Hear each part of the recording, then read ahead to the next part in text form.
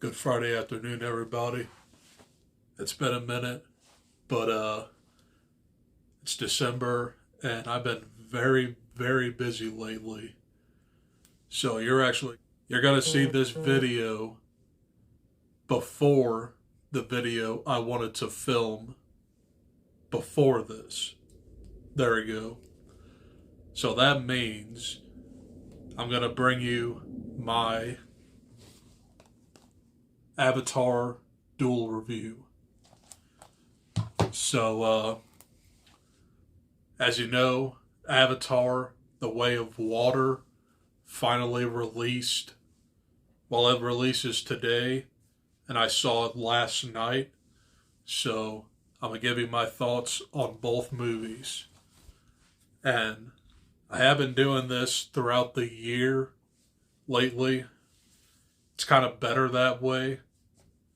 So if I see like any kind of like franchises that I want to revisit, you'll see my thoughts in one video, except when I do rankings. But anyway, I'm gonna give you my thoughts on Avatar 2009 and my thoughts on Avatar: The Way of Water 2022. So let's start off with Avatar. So both of these movies are directed by James Cameron and tells the story. The first one tells the story of this uh, jarhead marine that goes to a moon called Pandora. So he starts working with all the humans and he starts getting uploaded into a Navi uh, a Navi mold. So the Navi are the humanoids on Pandora, and he is sent to learn their ways and become part of their tribe to try and take out their civilization. What I love about this movie is the visuals. I mean, it's a really gorgeous movie to look at. But the story, we've seen it dozens of times.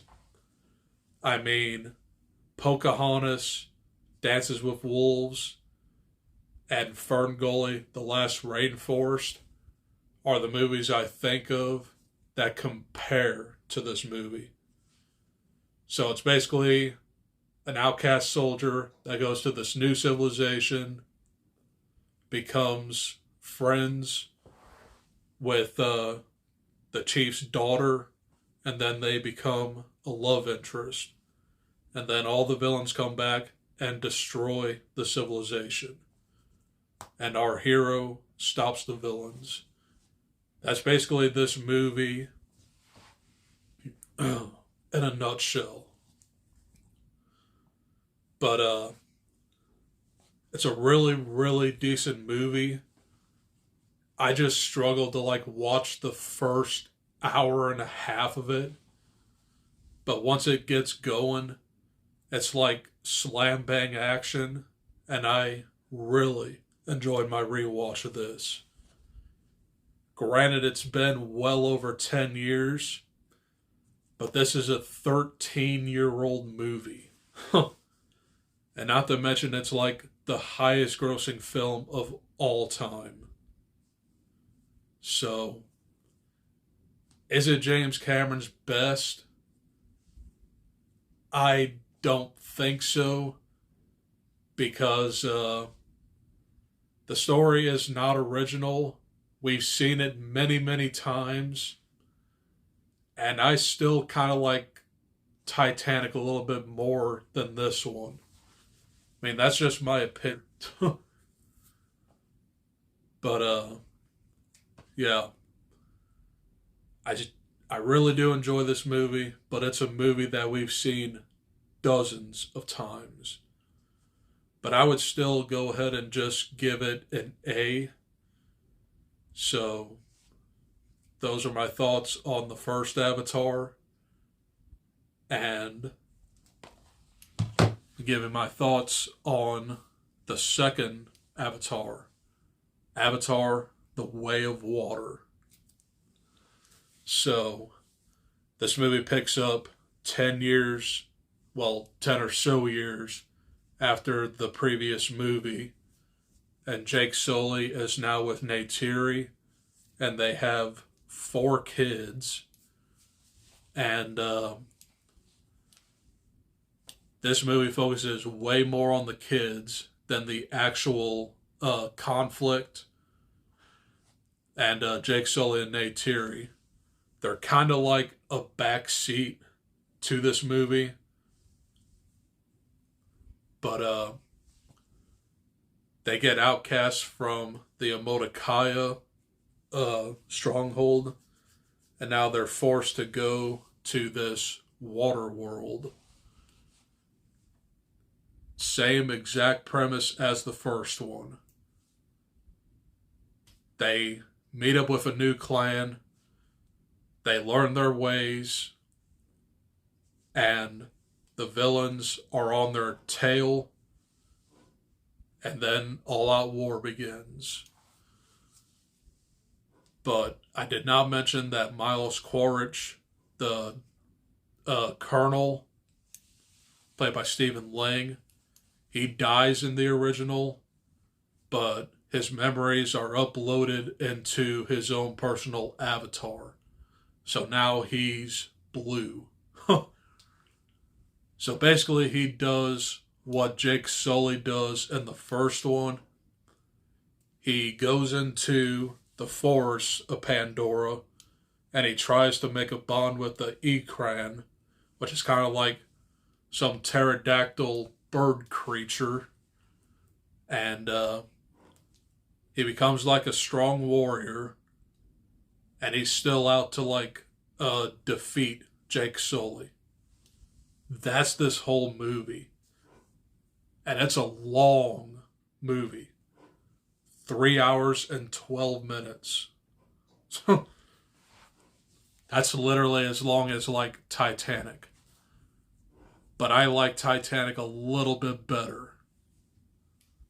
So,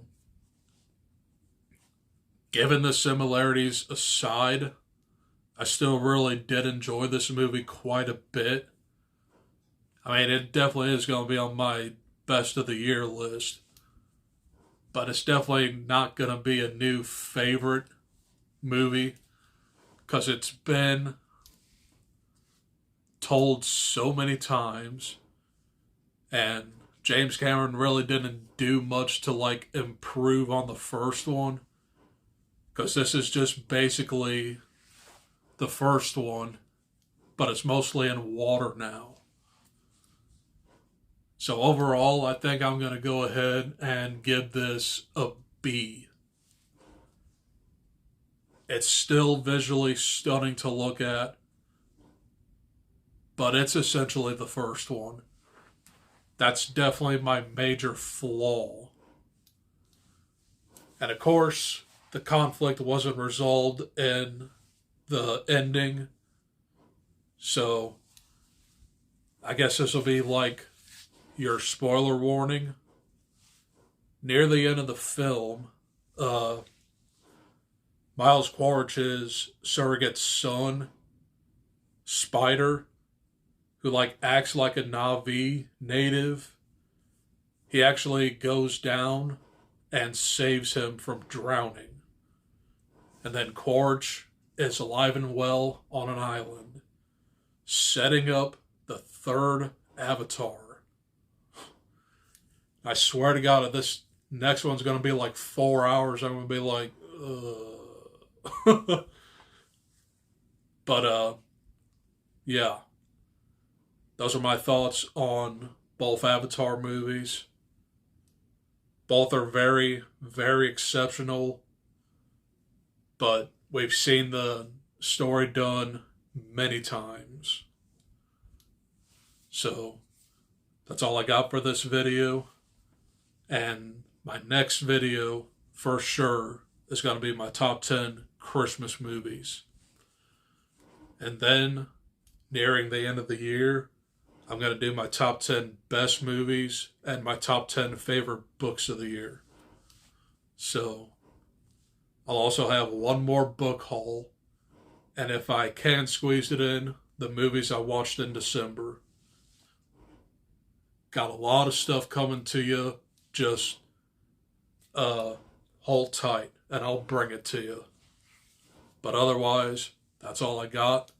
Enjoy the rest of your Friday. Adios.